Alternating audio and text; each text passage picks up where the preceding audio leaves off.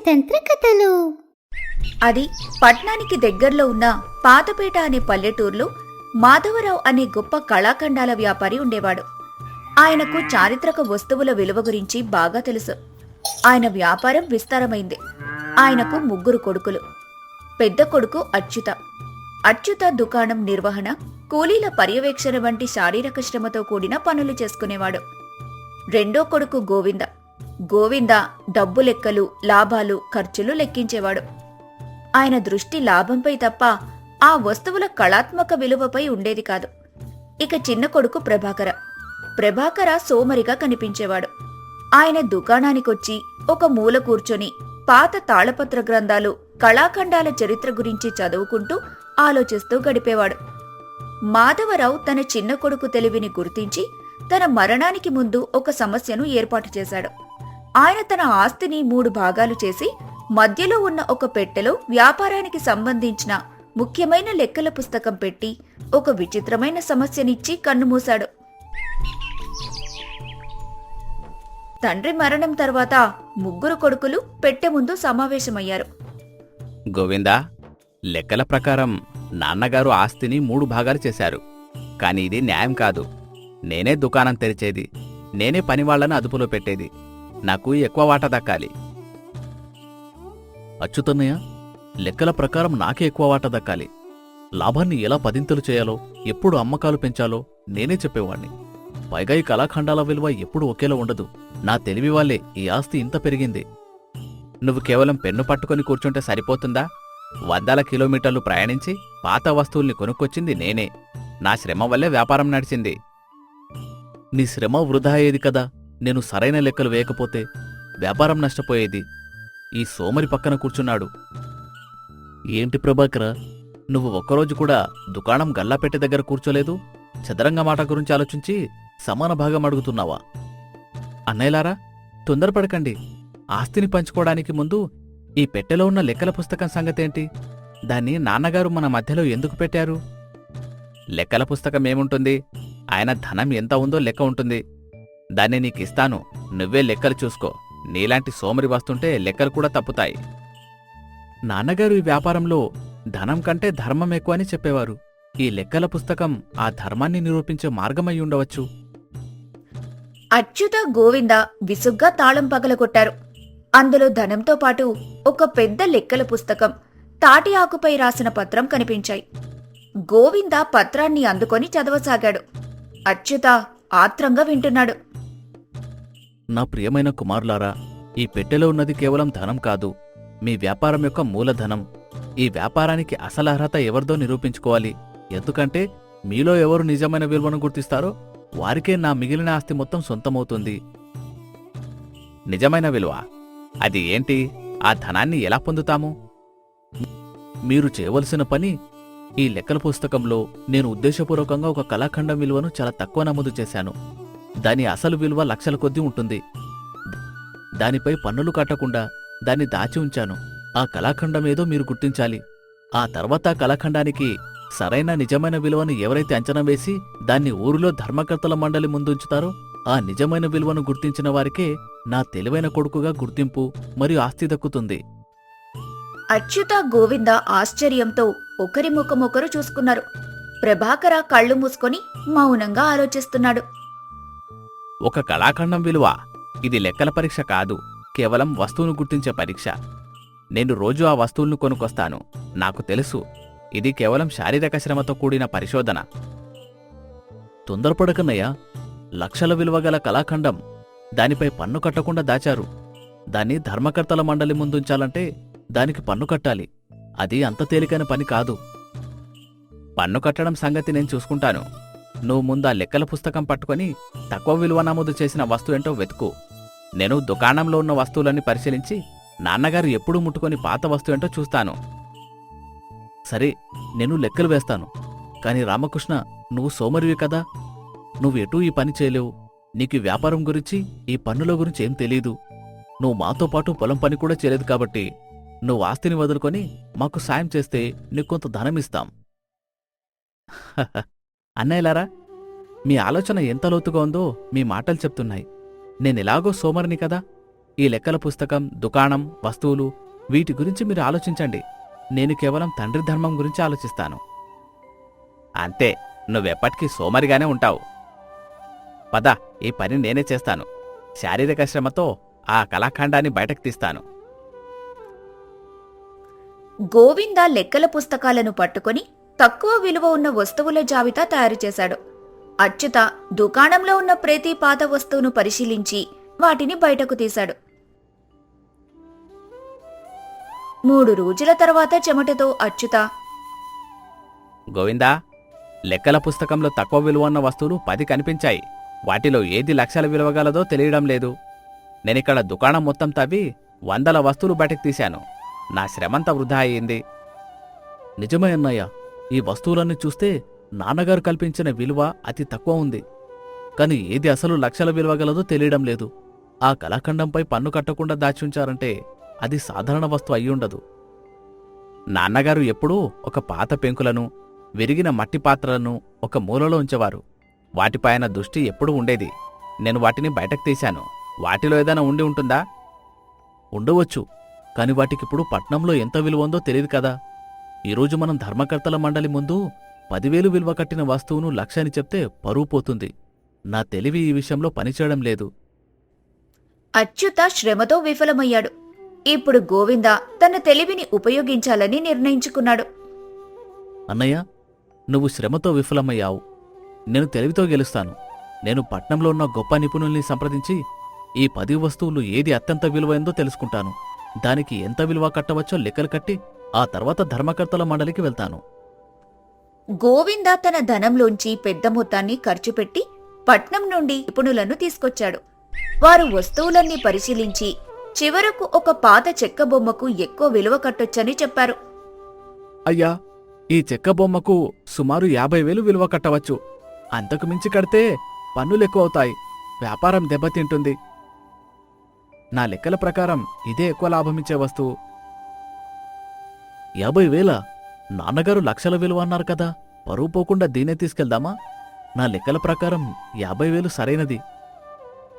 నాన్నగారు 50,000 విలువ కట్టమని చెప్పలేదు, లక్షల విలువ అన్నారు. మనం తక్కువ విలువ చెప్పి ధర్మకర్తల మండలికెళ్తే ఆస్తి మనకు దక్కదు. నా శ్రమ వృధా అయింది. నీ లెక్కల తెలివి కూడా పనిచేయలేదు. చూసావా ప్రభాకర, నువ్వు సోమరివి.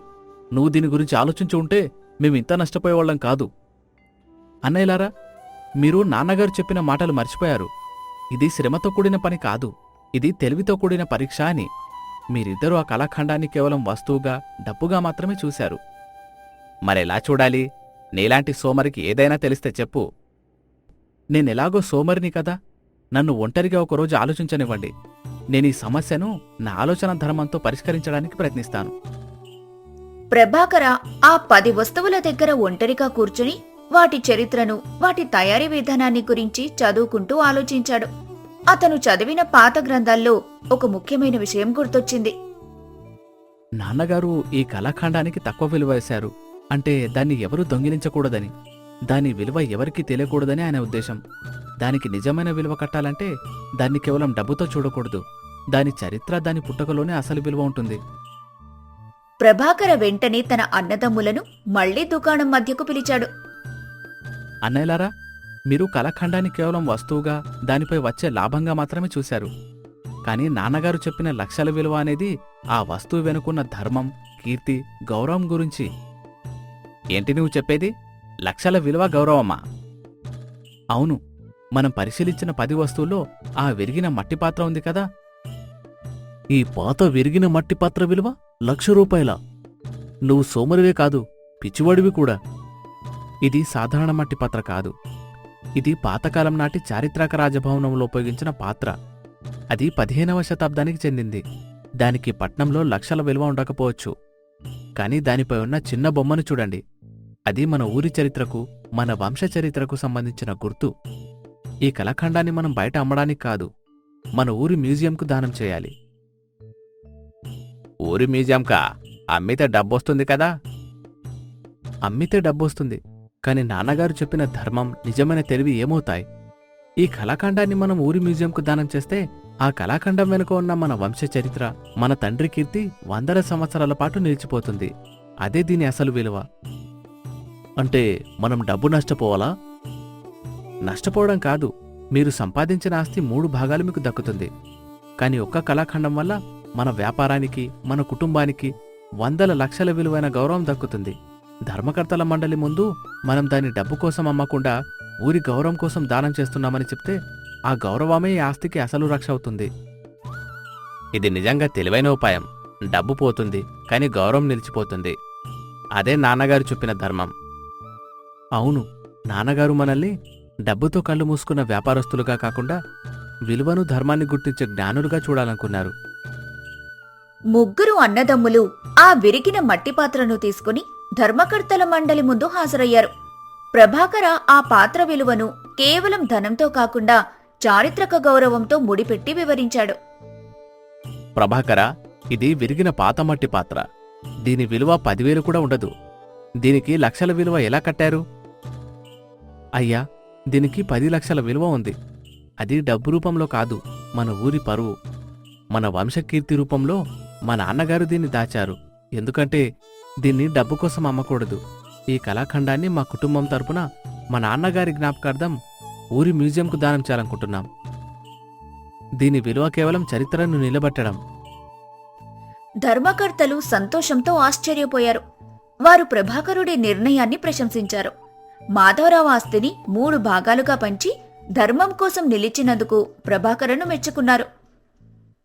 ప్రభాకర, నువ్వు నన్ను మన్నించు. నేను నా లెక్కల తెలివితో కేవలం లాభం గురించే చూశాను. నువ్వు సోమరివని నిందించాను. కాని నువ్వు మా ఇద్దరికంటే గొప్ప దూరదృష్టి కలవాడివి. తమ్ముడు, నీ ఆలోచన నిజంగా ఈరోజు మా కుటుంబ పరువుని నిలబెట్టింది. మాధవరావు గారి తెలివైన కొడుకు నువ్వే. అన్నయ్యలారా, మన ముగ్గురం ఒకటైతేనే ఈ వ్యాపారం బతుకుతుంది.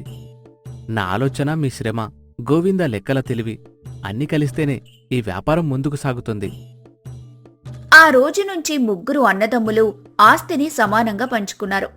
ప్రభాకర ఆ దుకాణంలో కూర్చొని కొత్త కళాఖండాల చారిత్రక నేపథ్యాలను పరిశోధించి వాటికి సరైన విలువ కట్టేవాడు. అతడు సోమరిగా కనిపించినా అతడి ఆలోచనలు, జ్ఞానం వ్యాపారానికి గొప్ప గౌరవాన్ని, లాభాన్ని తెచ్చిపెట్టాయి. ప్రభాకర తెలివి కేవలం లాభాల గురించి కాకుండా వస్తువు వెనకున్న చారిత్రక విలువ, గౌరవం గురించి ఆలోచించగలిగింది. శారీరక శ్రమ, డబ్బు లెక్కలు ఎంత ముఖ్యమో, సమస్యకు మూలాన్ని, దాని అసలు విలువను అర్థం చేసుకునే ఆలోచన శక్తి కూడా అంతే ముఖ్యమని ఈ కథ నిరూపించింది. ప్రభాకరుడిని సోమరి అని పిలవటం మానేసి నిజమైన విలువను గుర్తించిన ధార్మికుడు అని గౌరవించారు. నీతి. నిజమైన తెలివంటే తక్కువ శ్రమతో, తక్కువ ఖర్చుతో సమస్యను పరిష్కరించడం మాత్రమే కాదు, డబ్బు కంటే మన జీవితంలో గౌరవం, ధర్మం మరియు కీర్తికి ఎక్కువ విలువనివ్వటమే గొప్ప సంపద. ఆలోచన, జ్ఞానమనేవి జీవితాన్ని సులభతరం చేసే గొప్ప సంపదలు. అనగనగా రామాపురం అనే ఊరిలో ప్రజలందరూ వ్యవసాయం చేస్తూ సాధారణ జీవితాన్ని గడిపేవారు.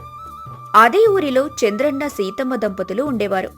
ఆ ఊరిలో సీతమ్మ ప్రవర్తనకి, పనితీరుకి అందరూ తింగరి సీత అని ఎగతాళిగా మాట్లాడేవారు. అలా ఒకరోజు చంద్రన్న పొద్దున్నే సీతమ్మతో ఇలా అంటాడు.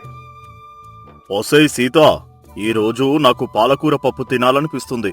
నువ్వు కాస్త నాకు పాలకూర పప్పు వండవే. అలాగేనయ్యా, నువ్వు పొలం నుండి వచ్చేసరికి నేను నీకు కావలసిన పాలకూర వండుతాను. సరే మరి, నేనలా పొలం దాకా వెళ్ళొస్తాను అని అక్కడ్నుంచి వెళ్ళిపోతాడు. ఇక సీతమ్మ చంద్రన్న వచ్చేసరికి తనకి కావాల్సిన పాలకూర పప్పు వండటానికి సిద్ధమవుతుంది. అలా కాసేపటి తర్వాత చంద్రన్న ఇంటికి వచ్చి సీతమ్మతో ఇలా అంటాడు. ఓసేయ్ సీత, నాకు తొందరగా అన్నం వడ్డించవే. నువ్వు పాలకూర పప్పు ఎంత అద్భుతంగా చేశావో ఏంటో, వాసన నా ముక్కు వరకు గుమగుమలాడుతూ వస్తుంది అని కాళ్ళు చేతులు కడుక్కొని భోజనం కోసం కూర్చుంటాడు. ఇంతలో సీతమ్మ గిన్నెలో అన్నం, కూర పట్టుకుని వచ్చి చంద్రన్నకు వడ్డిస్తూ ఉంటుంది. ఆ కూర చంద్రన్నకి వడ్డిస్తూ ఉండగా చంద్రన్న కూరని చూసి ఇలా అంటాడు. ఓసేయ్ సీత, పాలకూర పప్పు అంటే పచ్చగా ఉండాలి. ఇదేంటి తెల్లగా ఉంది? నువ్వేం చేశావే? అదేంటయ్యా అలా అంటావు? పాలెక్కడైనా పచ్చగా ఉంటాయా ఏంటి? నువ్వే కదా పాలకూర పప్పు వండమన్నావు. అందుకే నేను పాలు వేసి పప్పు వండాను. అందుకే ఇలా కూర తెల్లగా ఉంది. దానికి నన్నేం చేయమంటావు? నువ్వు వండమన్నదే కదా నేను చేసింది. ఓసై తింగరిదానా, పాలకూర పప్పు అంటే పాలకూర అనే ఆకుకూర వేసి పప్పు వేసి వండుతారే, నీలా పాలు వేసి పప్పు వండడం కాదే.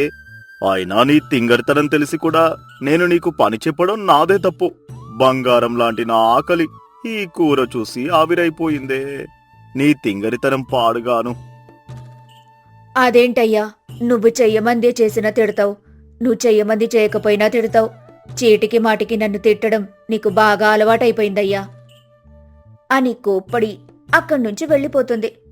ఇలా చంద్రన్న సీతమ్మ చేసే తింగర పనులకి ప్రతిరోజు బాధపడుతూ ఆమెను తిడుతూ రోజులు గడుపుతూ ఉండేవాడు.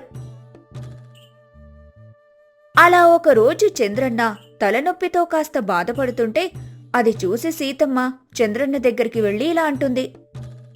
ఏంటయ్యా అలా బాధపడుతూ ఉన్నావు? ఏమైంది? ఒంట్లో ఏమైనా బాగోలేదా? అవునే సీత, కాస్త నాకు తలనొప్పిగా ఉంది. అందుకే ఏ పని చేయకుండా ఇలా కూర్చునిపోయాను. తల బాగా నొప్పి పెడుతుంది.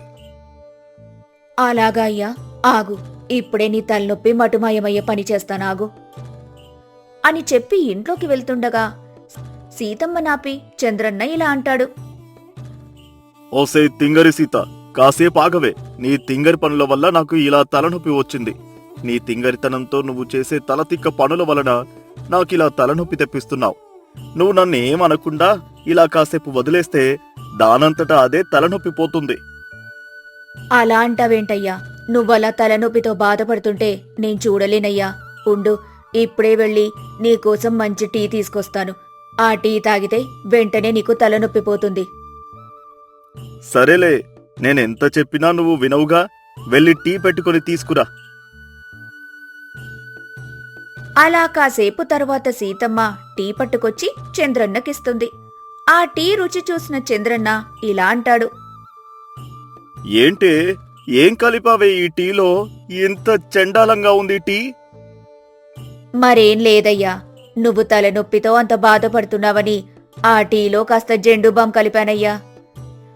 ఓసేయ్ తింగరిదానా, నిన్ను తింగరి అనాలో లేక తెలివి తక్కువ దానివి అనాలో అసలు ఏమనాలో కూడా నాకు అర్థం కావట్లేదు.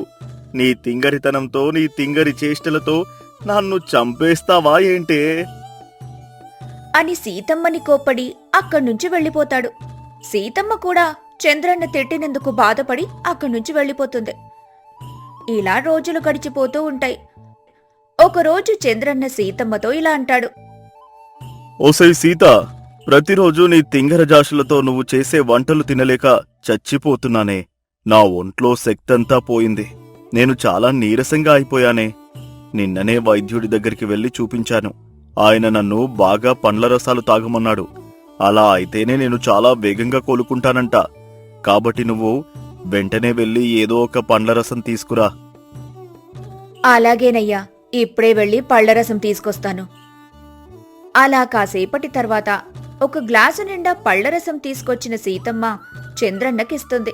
చంద్రన్న పళ్లరసం తాగిన తర్వాత కళ్ళు బైర్లు కమ్ముతాయి. అప్పుడు సీతమ్మతో ఇలా అంటాడు. ఏంటే, ఈ పండ్ల రసం ఇలా ఉంది? పుల్లగా ఉంది. ఏం కలిపావు ఇందులో? నేనేం కలపలేదయ్యా, అది ఉత్తి పండ్ల రసమే. కొంచెం తీపిగా ఉండటానికి కాసింత పంచదార కలిపాను, అంతే. ఇంతకీ ఈ పండ్ల రసాన్ని ఏం పండ్లతో చేసావు? ఈ రసాన్ని? అదేనయ్యా, చింతపండుతోనో టమాటా పండుతోనో ఆ రసాన్ని తయారు చేశాను. ఓహోసే తింగరిదానా, చింతపండుతో టమాటా పండుతో ఎవరైనా పండ్ల రసం తయారు చేస్తారా? అలా చేస్తే దానిని ఎవరైనా పండ్ల రసం అంటారా? అదేంటయ్యా, నువ్వే కదా నిన్న వైద్యుడు పండ్ల రసాలు తాగమన్నాడని చెప్పావు. అందుకే చింతపండు కూడా పండే కదా, అలాగే టమాటా పండు కూడా పండే. అందుకే ఆ రెండింటితో కలిపి నీకు పండ్ల రసం చేసిచ్చాను. దానికి నువ్వు నన్ను తింగరని తిడతావేంటి? ఓసేయ్, నీకు దండం పెడతానే. ఇంకోసారి నీ చేతితో నువ్వు నాకేమీ చేసి పెట్టకే. నువ్వు ఇలానే నీ తింగరి చేష్టలతో రకరకాల వంటలు చేసి పెట్టి నన్ను చంపేసేటట్టున్నావే అని సీతమ్మ తింగర పనులకు బాధపడి అక్కడ్నుంచి వెళ్ళిపోతాడు. అలా రోజులు గడిచిపోతూ ఉంటాయి. ఒకరోజు చంద్రన్న ఆకలికి నకనకలాడుతూ ఇక చేసేదేమీ లేక సీతమ్మతో ఇలా అంటాడు. ఓసే సీత, నాకు ఆకలితో కడుపులో ఎలకలు పరిగెడుతున్నాయి. కాబట్టి నువ్వు తింగరి చేష్టలు పక్కన పెట్టి నాకు తినడానికి ఏదైనా మంచిగా చేసిపెట్టు అని కాస్త జాలిగా అడుగుతాడు. అప్పుడు సీతమ్మ ఆ మాట విని భర్త ఆకలిని గుర్తించి గబగబా వంటగదిలోకి వెళ్లి క్షణాల్లో వంట పూర్తి చేసి భర్తకు వడ్డిస్తుంది. అప్పుడు చంద్రన్న ఆ భోజనం కడుపు నిండా తినేస్తాడు. అలా కాసేపటి తర్వాత చంద్రన్న కడుపు నొప్పితో బాధపడుతూ ఇలా అరుస్తాడు. ఓసే సీత, నాకు బాగా కడుపు నొప్పిగా ఉందే. తట్టుకోలేకపోతున్నాను కడుపు నొప్పిని. నేను ఇందాక వరకు బాగానే ఉన్నాను. నువ్వు వడ్డించిన అన్నం తిన్నాకే నాకు నొప్పి మొదలైంది. నేను బాగా ఆకలితో ఉండడం వలన నువ్వు వంట ఎలా చేశావో కనుక్కోకుండానే తినేశాను. ఇంతకీ నువ్వు చేసిన వంటల్లో ఏం కలిపావే తల్లి? ఆ మాట విన్న సీతమ్మ కాస్త అమాయకంగా ముఖం పెట్టి ఇలా అంటుంది. అయ్యా, నేనేం కలపలేదయ్యా. అంటే అది మన పెద్దలు ముళ్ళుని ముళ్ళుతోనే తీయాలంటారు కదా. అందుకే నువ్వు ఇందాక నీ కడుపులో ఎలకలు పరిగెడుతున్నాయన్నావని ఆ ఎలకల్ని చంపడానికి నువ్వు తినే అన్నంలో కాస్త ఎలకల మందు కలిపాను, అంతేనయ్యా అని తన తింగరితనంతో కాస్త అమాయకంగా చెబుతుంది. ఆ మాట విన్న చంద్రన్న తన ప్రాణం ఎక్కడ పోతుందో అనే భయంతో వెంటనే వైద్యుణ్ణి పిలిపించమని చెబుతాడు. ఆ మాట విన్న సీతమ్మ వెంటనే వైద్యుణ్ణి ఇంటికి పిలిపిస్తుంది. వైద్యుడు చంద్రన్నని బాగా పరిశీలించి ఇలా చెబుతాడు. చూడండి, మీరు కాస్త తొందరగా మీరు తిన్నది ఎలకల మందుతో కూడిన అన్నమని తెలుసుకుని నన్ను సంప్రదించడం వల్ల మీ ప్రాణాలు నేను రక్షించగలిగాను. లేదంటే మీ ప్రాణాలకే ప్రమాదం జరిగేది. ఇక ముందు ఇలాంటి పనులు జరగకుండా చూసుకోండి అని గట్టిగా చెప్పి అక్కడ్నుంచి వెళ్ళిపోతాడు. చంద్రన్న కూడా కడుపు నొప్పితో బాగా అస్వస్థతకు గురవుతాడు. అది చూసి వైద్యుడు చెప్పిన మాట విని సీతమ్మ చంద్రన్న దగ్గరికి వెళ్లి ఇలా అంటుంది. అయ్యా, నన్ను క్షమించయ్యా. నువ్విన్నాళ్లుగా నా తెంగరి పనులకి ఎప్పుడు తిట్టినా నేను దాన్ని పెడచెవిన పెట్టేదాన్ని. కాని ఈ రోజు నా తెంగరితనంతో నేను చేసిన పని వల్ల నీ ప్రాణాలకే ప్రమాదం జరిగేది. కాబట్టి నాకు ఈ రోజు నేను చేసిన పని ఎంత తెంగరిదో అర్థమైంది. ఈ రోజు నుంచి నేనెవ్వరేం చెప్పినా కాస్త జాగ్రత్తగా దాన్ని అర్థం చేసుకుని తర్వాత పనిని ప్రారంభించడం మొదలు పెడతానయ్యా అని తన తప్పు తాను తెలుసుకుని తను చేసిన తప్పుకి పశ్చాత్తాపపడుతూ ఉంటుంది. ఆ మాట విన్న చంద్రన్న సీతమ్మతో ఇలా అంటాడు. చూడు సీత, ఏది జరిగినా మన మంచికే అంటారు మన పెద్దలు. అలాగే ఈరోజు నాకు ఎంత పెద్ద ప్రమాదం జరగకపోయి ఉంటే నువ్వు నీ తప్పు తెలుసుకుని ఉండేదానివి కాదు. కనీసం ఇప్పుడైనా నువ్వు చేసిన తింగరి పనులేంటో నీకు అర్థమయ్యాయి. ఈ రోజు నుంచైనా నువ్వు నీ తింగరితనం కాస్త పక్కన పెట్టి ఏదైనా పని ప్రారంభించేటప్పుడు ముందు వెనుక ఆలోచించి చేయడం నేర్చుకో. అదే చాలు. అలా ఆ రోజు నుంచి సీతమ్మ తింగరితనంతో కాకుండా కాస్త తెలివిగా ఆలోచించి పనులు చేస్తూ ఉండేది. అలా సీతమ్మ మంచిగా మారటం వల్ల చంద్రన్న సీతమ్మ దంపతులు హాయిగా జీవనం సాగిస్తూ ఉండేవారు.